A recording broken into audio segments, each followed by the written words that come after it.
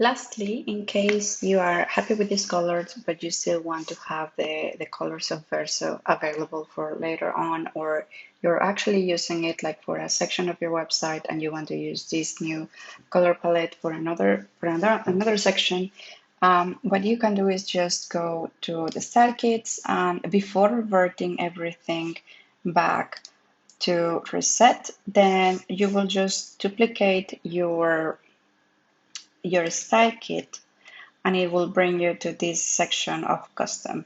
There is no thumbnail to be generated now, but it will be later on. And in here, you will just name your custom style kit, which will be Verso fonts.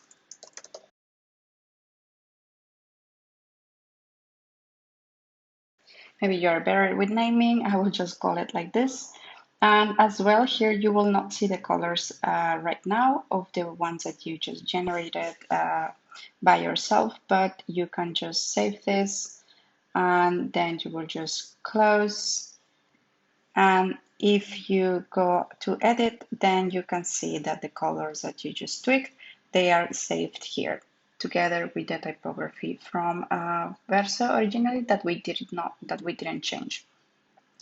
So that's it. And then once you're done with your style kit that you saved it, then you can go back to explore, go to Verso, and then just to reset the style kit back to how it was originally made. So if I come here again, I will just refresh and see that my colors went back to how Verso originally came with.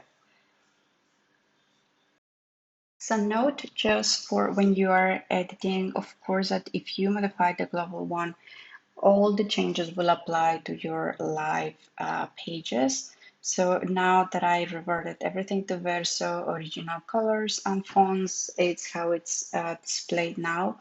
If I want to go back to the one that I just created myself, I will just go here and I will apply, and it will override all my colors and fonts in the website that are connected to the style kit.